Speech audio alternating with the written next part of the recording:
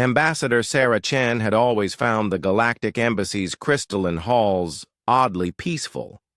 The towering spires of translucent material hummed with soft harmonics, designed to soothe the nervous systems of dozens of species.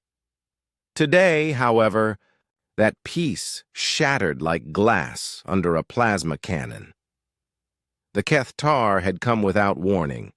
Sarah watched from the observation deck as sleek, predatory ships descended through the embassy's defensive grid like knives through silk. The station's automated defenses, carefully calibrated to avoid harming any of the 73 member species, proved useless against an enemy that felt no such constraints. All diplomatic personnel to the safe chambers. The station's AI announced in 17 languages simultaneously. "This is not a drill." Sarah didn't move. Around her, aliens of every conceivable shape fled in panic.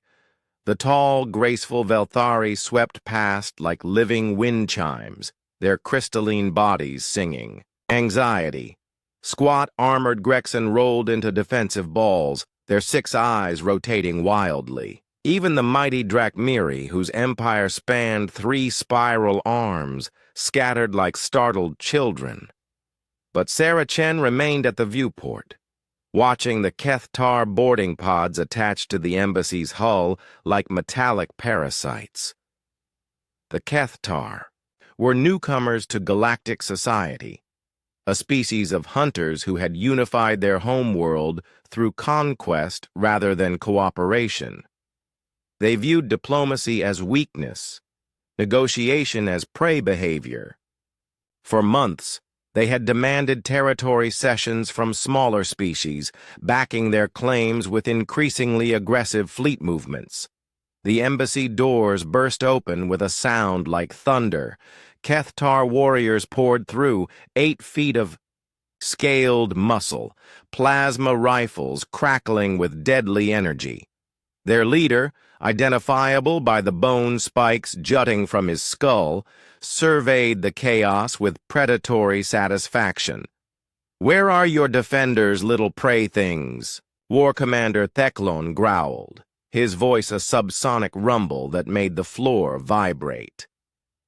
"Where are your weapons? Your courage?" Sarah stepped forward.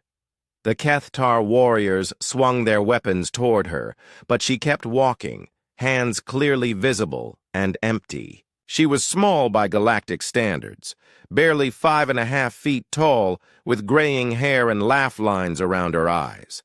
To the Kethtar, she must have looked like a particularly unthreatening meal. "War Commander Teclon," she said, her voice carrying clearly through the vast chamber.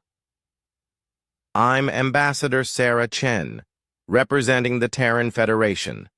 I assume you're here to negotiate?" Teclon's laugh was like grinding stone. "Negotiate? We are here to claim what is ours by right of strength. This embassy, these systems, all of it belongs to the Kethtar now."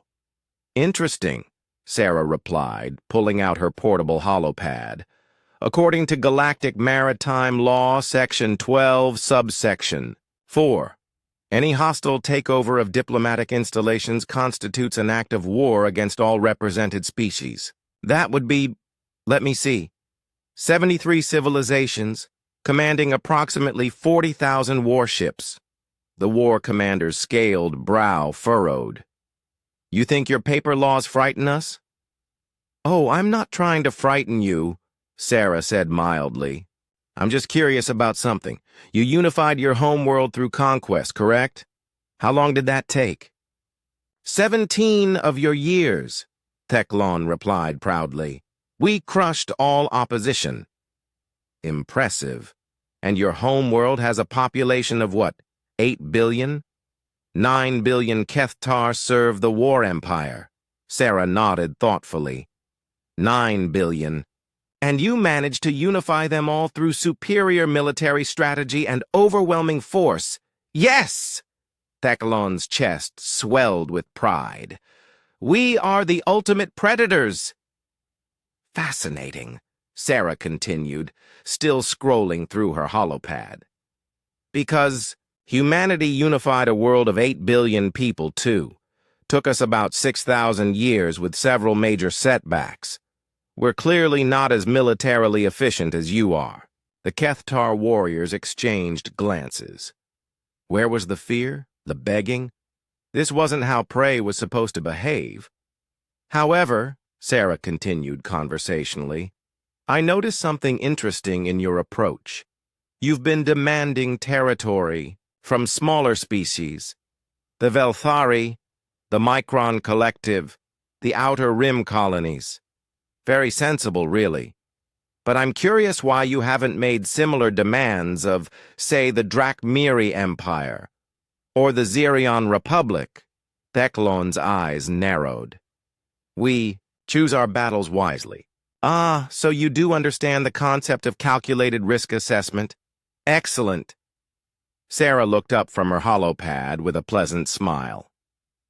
Let me give you some data to factor into your calculations. The species you've been targeting, their combined military might represents roughly 0.3% of total galactic defensive capacity. The Drakmiri Empire, which you've been so careful to avoid, represents about 8.7%. She paused, letting that sink in. Humanity, Sarah continued, represents 23.8% of total galactic military capacity. But that's not the interesting part. The interesting part is that we've never used more than 2% of our capability in any conflict. We prefer negotiation, you see. We find it more efficient. The Kethtar warriors shifted uncomfortably. Something in the human's tone had changed. You see, War Commander, you made an error in your intelligence gathering. You assumed that because humanity advocates for peaceful solutions, we lack the capacity for warfare. It's an understandable mistake. Many species make it. Sarah's fingers danced across her holopad. For instance, our ship production capacity. Current galactic intelligence estimates we can build approximately 50 warships per year. The actual number is closer to 800 per month. We just don't. Theclon's scaled skin had paled to a sickly green. You're bluffing. Am I? Sarah smiled, and for the first time, it wasn't entirely pleasant. Computer, display current, Terran fleet positions. The chamber's main holodisplay flickered to life, showing the local star systems. Red dots appeared, first dozens, then hundreds, then thousands. Terran warships, moving into position from every direction. You see, Sarah explained, the moment your ships entered embassy space, automated distress signals were transmitted. Standard diplomatic protocol. The 3rd, 7th, and 12th Terran battle groups were conducting exercises in nearby systems. Funny coincidence, that. The display zoomed in, showing massive dreadnoughts, sleek destroyers, and carrier groups that dwarfed the Kethtar invasion fleet by orders of magnitude. Now, Sarah continued, you have approximately 3 minutes before those fleets arrive. I suggest we use that time productively. You can either leave immediately, and we'll classify this as a diplomatic misunderstanding, or you can stay and discover why humanity prefers negotiation. Theclon stared at the holodisplay, watching his small fleet being surrounded by a force that could glass his homeworld without breaking formation. You planned this, he whispered. Oh, no, Sarah replied cheerfully. We planned for the possibility of this. There's a difference.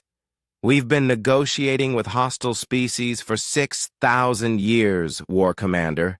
We've gotten quite good at it. The Kethtar leader looked around the chamber at his warriors, then back at the overwhelming display of force approaching his position. What do you want? He asked quietly. Same thing we've always wanted, Sarah said, putting away her holopad. to talk, to find solutions that benefit everyone, to avoid unnecessary bloodshed. She paused. Though I have to admit, sometimes a little context helps facilitate those conversations. 2 minutes later, the Kethtar boarding pods detached from the embassy hull. The invasion fleet, now looking distinctly small and vulnerable, began its withdrawal under the watchful censors of 3 Terran battle groups. War Commander Theclon paused at the airlock. "Human, how many of your kind think like you?" Sarah considered the question. "Most of us, actually. We prefer talking to fighting. It's more challenging." As the Kethtar ships disappeared into hyperspace, Sarah turned back to the viewport. The embassy's emergency systems were already restoring normal lighting and atmosphere. Soon the halls would once again hum with peaceful diplomatic conversations. She smiled. Sometimes the best negotiations happened when everyone understood exactly what they were choosing not to do. The Terran battle groups had already begun their return to exercises, their message delivered without firing a single shot. After all, humanity had learned long ago that the most effective weapon was often the one you never had to use. Ambassador Sarah Chen straightened her jacket and headed back to her office. She had 17 species requesting emergency meetings, 4 trade disputes to mediate, and a lunch appointment with the Velthari cultural attaché. Just another day at the Galactic Embassy.